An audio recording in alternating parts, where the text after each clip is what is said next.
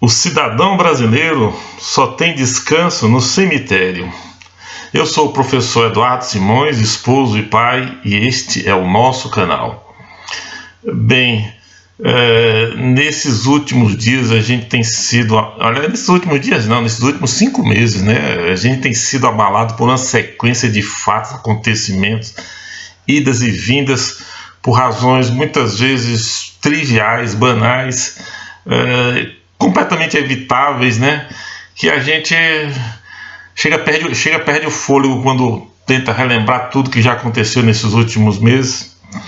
E ultimamente tem acontecido essa questão das manifestações por causa do contingenciamento das verbas da educação, boatos de impedimento, essas coisas todas. E eu me lembro de que alguns meses atrás, vários meses atrás, quase um ano, né, eu estava levando para a minha turma uma geral dos principais vídeos, né, dos principais candidatos à presidência da República, e tinha alguns vídeos do Bolsonaro com os seus mitos, né, as mitadas do Bolsonaro. E um dos alunos me perguntou o que eu achava do Bolsonaro. Eu disse que não podia achar nada porque não tinha visto ainda um projeto dele próprio, né? Pelo que a gente via nos vídeos, dos diversos conflitos que eram apresentados como mitadas pelos fãs do Bolsonaro, né? O que a gente via era um descontrole emocional e uma certa fixação anal, né? Por qualquer razão o cara gritava lá, vai queimar rosca, não sei o que, vai queimar. É uma expressão que aparecia muito nesses vídeos, o que para mim não recomenda muito. Os outros podiam achar isso uma expressão de força, de qualidade, mas para mim isso não dizia muito não. Mas no final das contas, o povo decidiu que seria ele, o Haddad, e eu não tive dúvidas. Apoiei Bolsonaro, votei em Bolsonaro e ajudei no que pude. Agora, nós estamos num impasse. Várias pessoas estão fazendo críticas ao Bolsonaro, pessoas que antes apoiavam o Bolsonaro agora fazem críticas, alguns até, como o cantor Lobão, né, cantor e compositor, disseram que não estão mais apoiando publicamente Bolsonaro. E algumas pessoas, os bolsonaristas estão eriçadíssimos, acusando a AIB de toda sorte de trapaça, de traição. As pessoas estão completamente descontroladas, aparentam um comportamento descontrolado por causa desses últimos acontecimentos. Mas é importante, eu acho, nesse momento, observar duas coisas que são bem diferentes. A primeira é que existe uma liturgia de cargo, existe um modus vivendi no sistema republicano, uma cortesia, uma urbanidade que precisam ser seguidas pelos agentes públicos. Quer dizer, um presidente da República precisa se comportar bem, precisa se conter. Ele é a imagem, a figura do país, da nação que ele representa. Então ele não pode por aí sair desancando as pessoas, fazendo críticas assodadas, interpelando furiosamente manifestantes e jornalistas. Isto é muito negativo, certamente. Mas outra coisa bem diferente é a questão das propostas e das grandes iniciativas que ele toma nas diversas áreas. E nesse sentido, o governo tem tomado algumas iniciativas muito interessantes, né?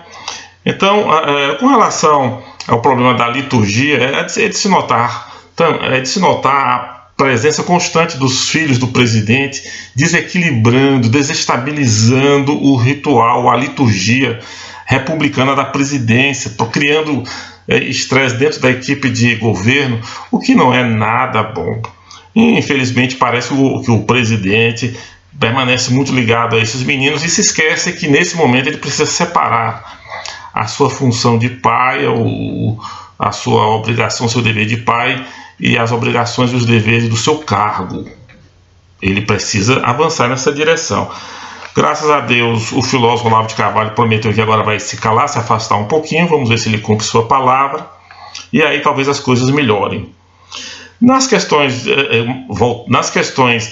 de propostas, o governo avança muito no liberalismo. A pauta liberal desse governo é uma das mais revolucionárias que existe. Nos traz grandes esperanças caso elas sejam realmente postas em práticas. Isso deve deixar a oposição completamente aparvalhada, assustada, porque se ele conseguir implementar essas pautas, o país vai destravar e pode ter um progresso enorme, e aí não tem para ninguém nas próximas eleições à presidência, né?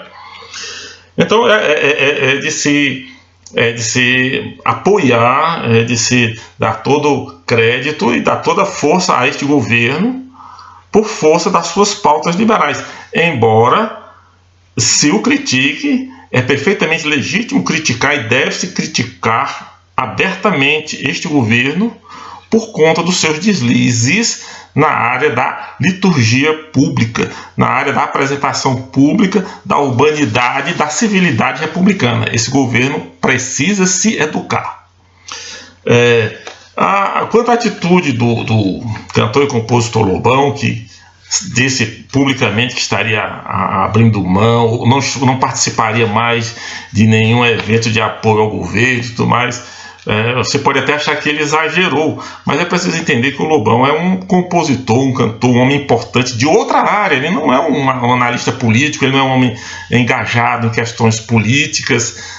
Ele, é claro, tem uma crença política, é um conservador, ele se coloca como conservador, mas ele é, acima de tudo, um poeta, um grande poeta, um compositor, um homem de arte, e ele talvez seja melhor para ele mesmo investir mais nessa área, focar mais nessa área e deixar um pouco de lado essa questão política que o desgasta tanto, né, e talvez o prive até um pouco da sua criatividade.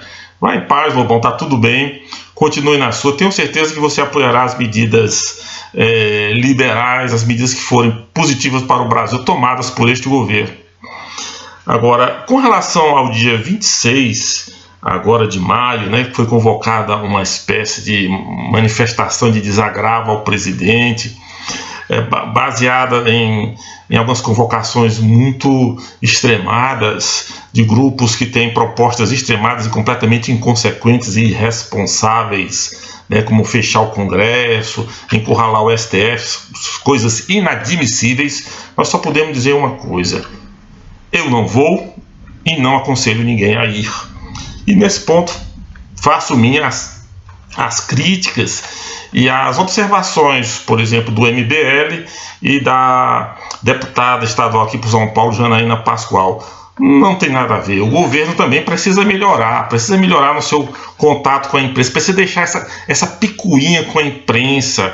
Ele tem que prestar contas, e a imprensa é um veículo legítimo, mesmo que seja de esquerda ou esquerdista, mesmo que seja a Foice de São Paulo, é algo perfeitamente legítimo e deve ser recebido com urbanidade, com cortesia, e o jornalista da Folha deve ser bem tratado como qualquer outro jornalista. Ele não pode, por causa de ideologia, deixar de lado determinados órgãos de imprensa para assumir mais outros órgãos de imprensa. Isso seria uma coisa muito inadequada.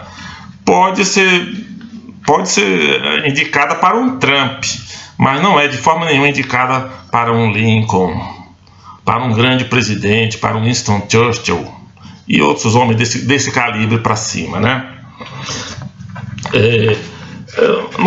O que esses rompantes estão mostrando para as pessoas de uma maneira geral é que isso é grave, isso é muito ruim para o Brasil, é que cria uma imagem de um país assim meio instável, de uma política muito instável, muito fora de controle, muito frágil, que por qualquer coisa o presidente se desgoverna, a Câmara dos Deputados se desgoverna, o Senado se desgoverna, o STF vira de ponta cabeça. Isso é péssimo para a imagem do país, e isso é péssimo para nós cidadãos que precisamos também nós, né, temos um mínimo de um ambiente de paz, de sossego, de tranquilidade. Podemos trabalhar para o bem desse país, para podermos ter uma ideia do que está acontecendo, afinal. Que é muito difícil você colher no meio de um de manifestações tão exaltadas e de instituições tão fragilizadas, tão, parece, desconexas. Isso precisa mudar e o presidente pode ajudar nisso. O Brasil precisa disso. O governo precisa se equilibrar, né? Uma coisa também que me chamou a atenção nesse último, que me decepcionou um pouco em relação a esse governo, foi a defesa apaixonada que ele fez do seu filho, do Flávio Bolsonaro.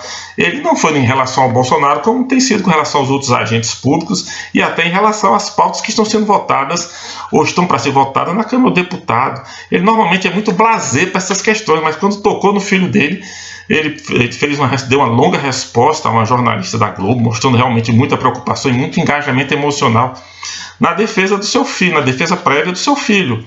Mas e as questões nacionais? E a questão da isonomia, da igualdade de tratamento para uns e para outros? Então, essa defesa apaixonada vai acontecer também quando outras pessoas do seu partido começarem a se envolver? Ou elas serão deixadas de lado? O que importa é apenas o núcleo familiar? Ora, o seu presidente da República continua sendo pai, e como pai tem deveres de pai.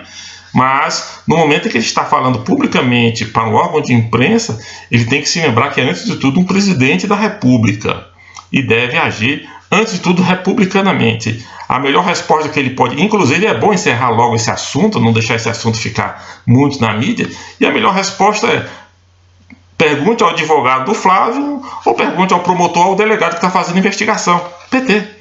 Porque é preciso que o judiciário tenha autonomia. É preciso que o presidente lembre constantemente isso aos jornalistas, para não parecer que o presidente está interferindo no judiciário, de alguma forma, tentando acobertar seu filho, usando o seu cargo para acobertar as falcatruas possíveis, supostas, né, de um parente próximo, ou de um filho, mas que seja. Por fim, eu queria dizer que, em relação ao dia 26, eu concordo com o MBL, já falei, e Janaína Pascoal, não é o caso, não se deve fazer isso, não recomendo que se vá a qualquer evento nesse sentido, eu não irei. E eu espero que o grupo da presidência, em especial o presidente da família e o seu núcleo familiar, se apercebam da enorme responsabilidade que lhe foi entregue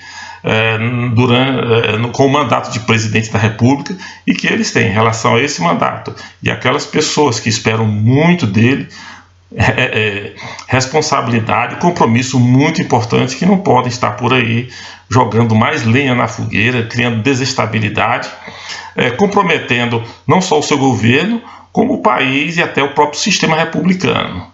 Muito obrigado.